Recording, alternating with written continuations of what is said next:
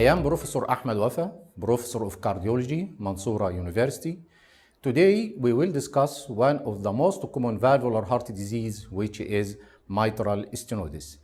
Mitral stenosis is very common valvular heart disease. The most common cause is rheumatic heart disease secondary to streptococcal pyogenes pharyngitis. About 25% of cases have isolated mitral stenosis.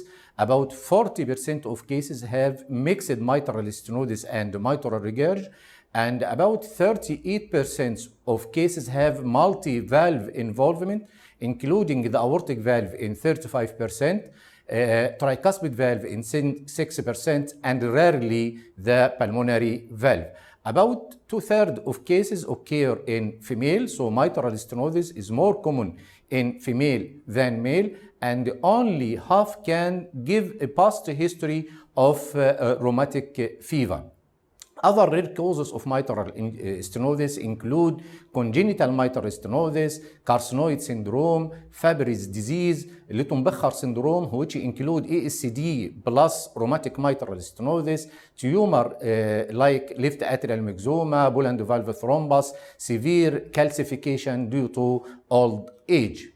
The pathology of rheumatic mitral stenosis starts by acute valvulitis, which lead to insidious and slow scarring process, which may take from 10 to 30 years. And in fully developed mitral stenosis, the valve become funnel-shaped, orifice like a fish mouth or a buttonhole, and calcium start to deposit on the valve.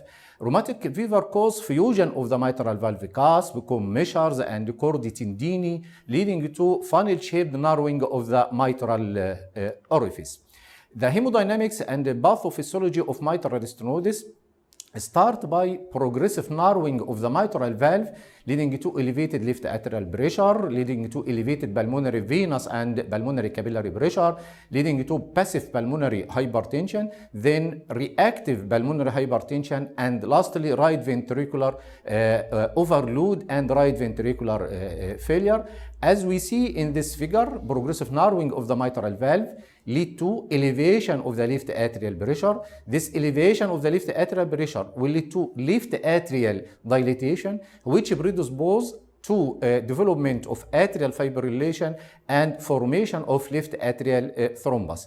This elevated pressure may be transmitted to the pulmonary veins, leading to pulmonary venous hypertension, which leads to transudation of fluid into lung alveoli, leading to development of symptoms of lung congestion.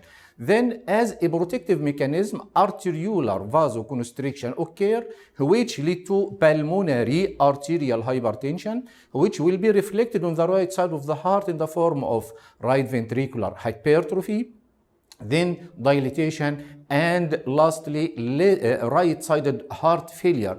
So the mitral stenosis lead to a syndrome like left-sided heart failure.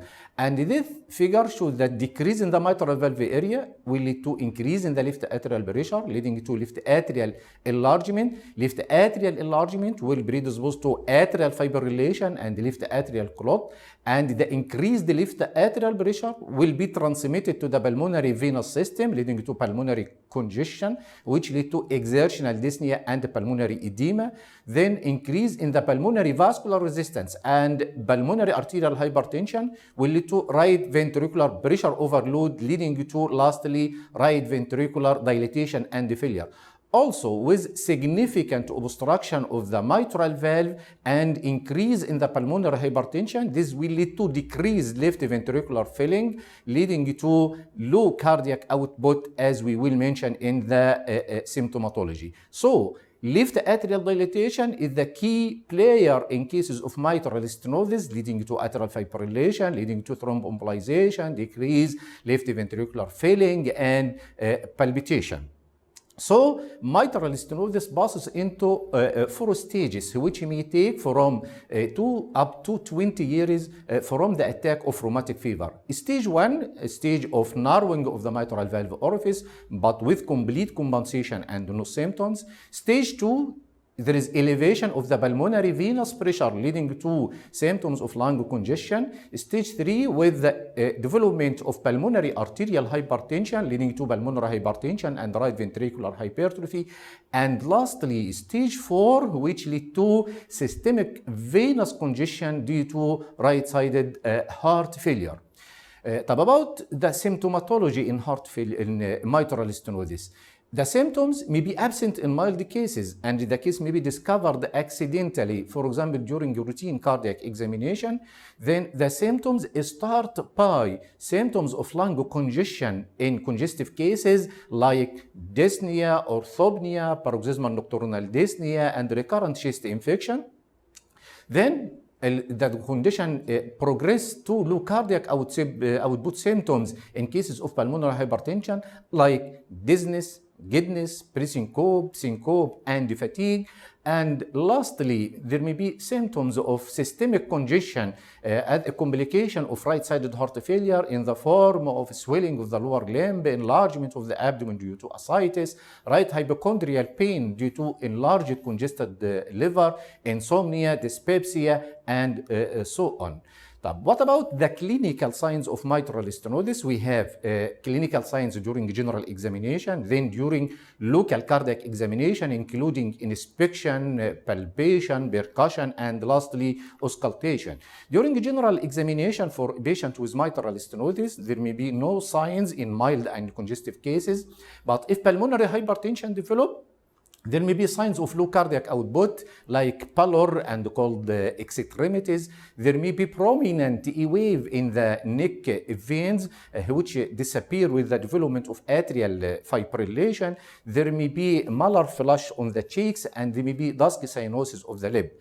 And in cases complicated by stage 4 or right-sided heart failure, there may be peripheral signs of right-sided heart failure like swelling of the lower limb, enlargement of the abdomen, enlarged congested tender liver, and congested pulsating neck vein. And there may be signs of complication, for example, right-sided hemiplegia, hemiparesis in cases of embolization. So in pulmonary hypertension, there is right ventricular hypertrophy, enlargement, tricuspid hemorrhage, right-sided heart failure, which lead to jugular venous distension, prominent A wave, prominent V wave, hepatomegaly and pulsatile liver, and peripheral edema. And this figure shows a case of mitral stenosis in female patients, showing the malar flush on the cheeks and peripheral cyanosis.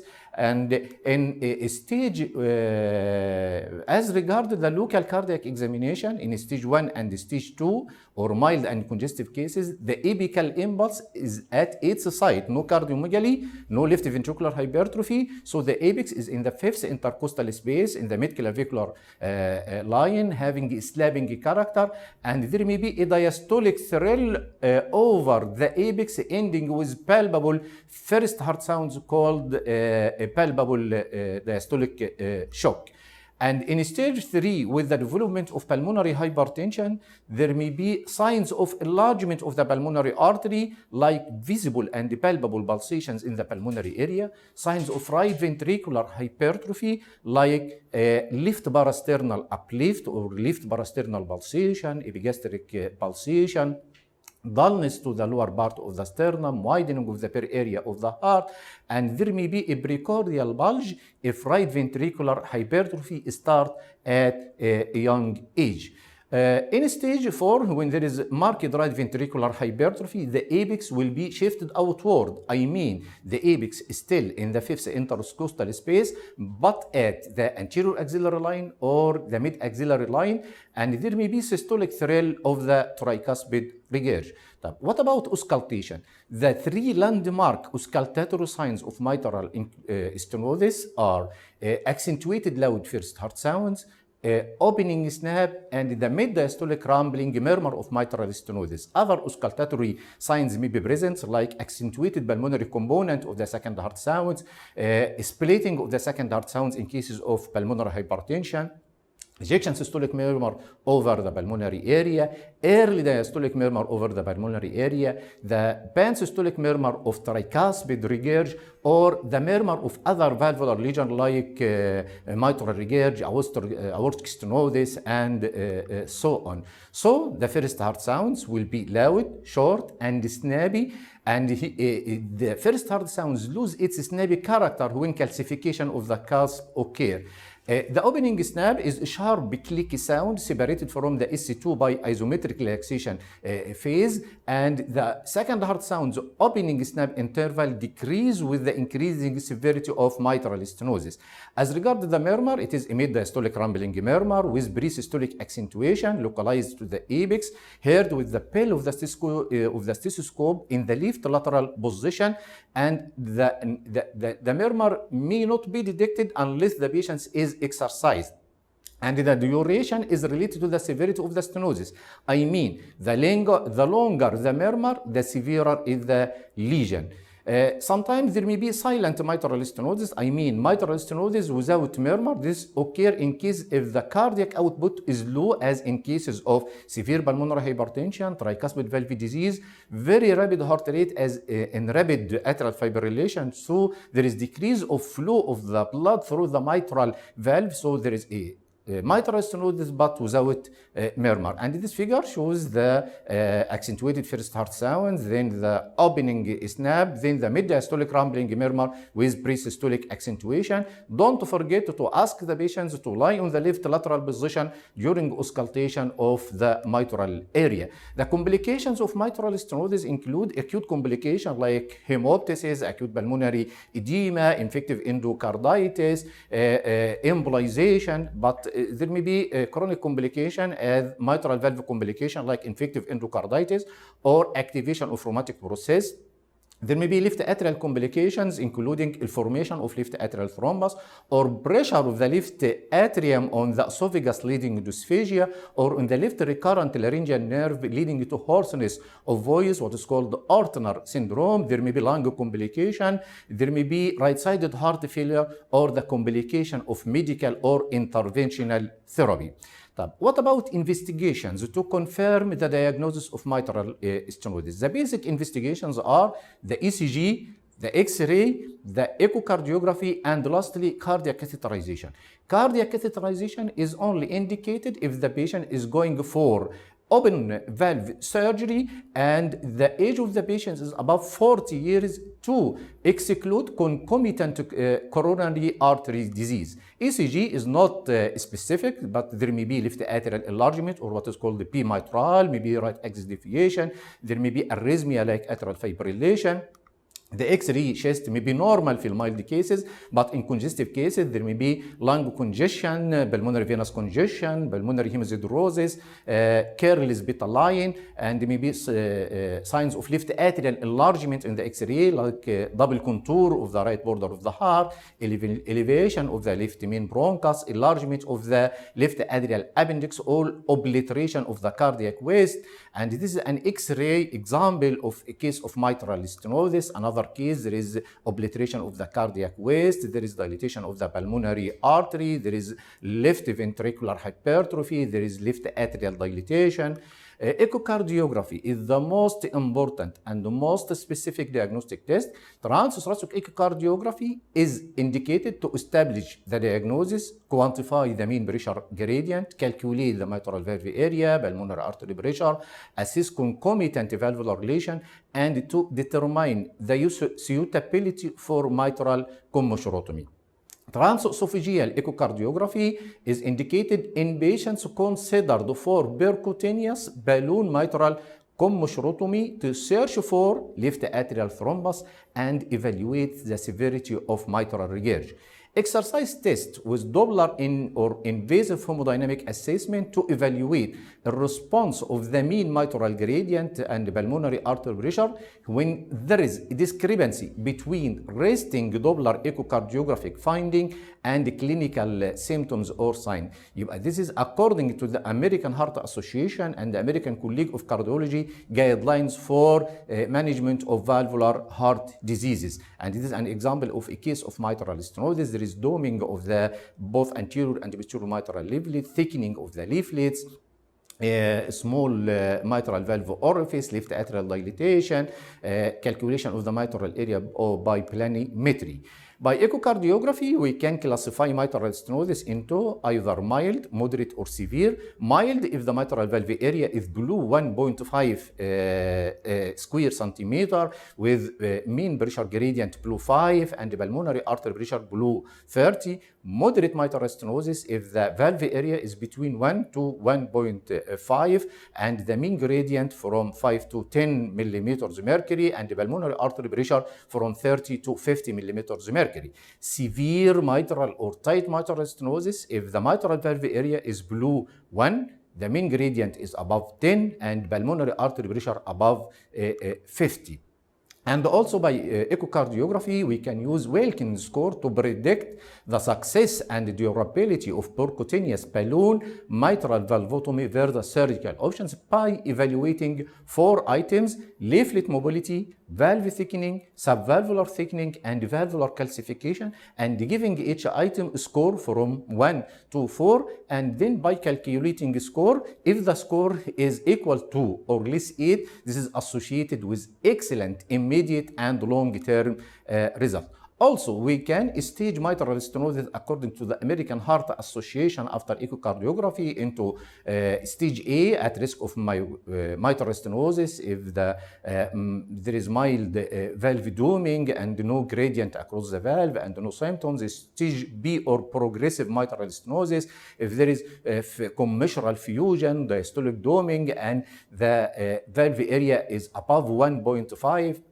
Asymptomatic severe mitral stenosis if there is severe adhesion of the commissures, fusion, and mitral valve area below 1.5 and increase in the diastolic pressure half time above 150 millisecond, and symptomatic severe mitral stenosis, the same above criteria but with symptoms. Lastly, what about the treatment of mitral stenosis? Treatment of mitral stenosis include prophylaxis against the occurrence and recurrence of rheumatic fever by giving benzazine penicillin every 2 or 3 weeks, and by prophylaxis against infective endocarditis, which is not so common in mitral stenosis, by giving the patients antibiotic prophylaxis before any high-risk procedure like dental procedure. Then curative treatment, which include medical treatment and either balloon catheter dilatation or surgical intervention for the mitral valve. About medical treatment, the aim of medical treatment is to reduce the symptoms of pulmonary congestion and pulmonary edema by giving the patients diuretics like furosemide 40 milligram daily and prevent embolization cerebral or peripheral, and anticoagulation in mitral stenosis must be with warfarin. DOAC have no role in moderate and severe mitral stenosis or in patients with prosthetic valve. And the indication of anticoagulation include mitral stenosis with atrial fibrillation, mitral stenosis with past history of embolic event, or mitral stenosis plus left atrial thrombus. And we give drugs to prevent or decrease the rate of atrial fibrillation as digoxin, beta blockers to decrease the rate in case of sinus tachycardia or rapid atrial fibrillation. And sometimes we use antiarrhythmic drug to prevent the development of atrial fibrillation. Now, what about the interventional treatment? I mean balloon mitral valvuloplasty or surgical treatment by mitral valve repair or mitral valve replacement. This figure shows the management of clinically significant mitral stenosis, I mean mitral valve area below 1.5 square centimeter. First, if the patient is symptomatic, and there is no contraindication to balloon mitral valvuloplasty. If there is a contraindication to balloon mitral valvuloplasty, we go into surgery for the mitral valve. But if there is no contraindication to balloon mitral valvuloplasty, we look for a contraindication or high risk of surgery. If there is a contraindication or high risk for surgery, we go directly for balloon mitral commissurotomy. But if no contraindication contraindication and the patient is not a high risk for surgery and there is favorable anatomical characteristic, also we go into balloon mitral commissurotomy. If there is no contraindication for surgery and have no favorable anatomical characteristics, we look for the clinical characteristics. If the clinical characteristics are not favorable, we go into surgery. If it is favorable, we go into balloon mitral commissurotomy. What about the asymptomatic patients with severe mitral stenosis? In asymptomatic patients with severe mitral stenosis, we search for high risk of embolization or hemodynamic decompensation. If there is high risk of embolization or hemodynamic compensation and the patients, there is contraindication or no contraindication or favorable valve morphology, we go into balloon mitral commissurotomy. But if there is contraindication to balloon mitral commissurotomy, we go into surgery. But if there is no risk for embolization and no hemodynamic decompensation, then if we evaluate the patients by exercise testing. If there is symptoms with exercise and the patient's not favorable for balloon mitral commissurotomy, we go surgery. If the patient is favorable for balloon mitral commissurotomy, we go for balloon mitral commissurotomy. If the patient is asymptomatic after exercise, just follow up and no treatment. So the indication for balloon mitral commissurotomy and mitral valve surgery include: balloon mitral commissurotomy is indicated in symptomatic patients without unfavorable characteristic for balloon mitral commissurotomy, and this is a class 1 indication by the European Society of Cardiology guideline. Balloon mitral commissurotomy is indicated in any symptomatic patient with contraindications or high risk for surgery, also a class 1. And mitral valve surgery is indicated in symptomatic patients who are not suitable for balloon mitral commissurotomy. Also, it is a class 1 indication. Class 2A indication that balloon mitral commissurotomy should be considered as initial treatment in symptomatic patients with suboptimal anatomy but no unfavorable clinical characteristics. What is meant by unfavorable clinical characteristic? I mean old age, history of commissurotomy before, NIHA class 4, atrial fibrillation, pulmonary hypertension. Also, balloon mitral commissurotomy should be considered in asymptomatic patients without unfavorable clinical and anatomical characteristics for balloon mitral commissurotomy with high thromboembolic risk, for example, history of systemic embolization. There is dense contrast in the left atrium, new onset or paroxysmal atrial fibrillation, or high risk of hemodynamic decompensation like systolic pulmonary pressure above 50 millimeters mercury at rest, need for major non-cardiac surgery, or desire for pregnancy. Contraindication for balloon mitral commissurotomy include mitral valve area above 1.5 square centimeter, presence of left atrial thrombus, more than mild mitral regurgitation, severe bicommissural calcification, absence of commissural fusion, and severe concomitant aortic valve disease, severe combined tricuspid stenosis and regurg requiring surgery, or concomitant coronary artery disease requiring bypass surgery.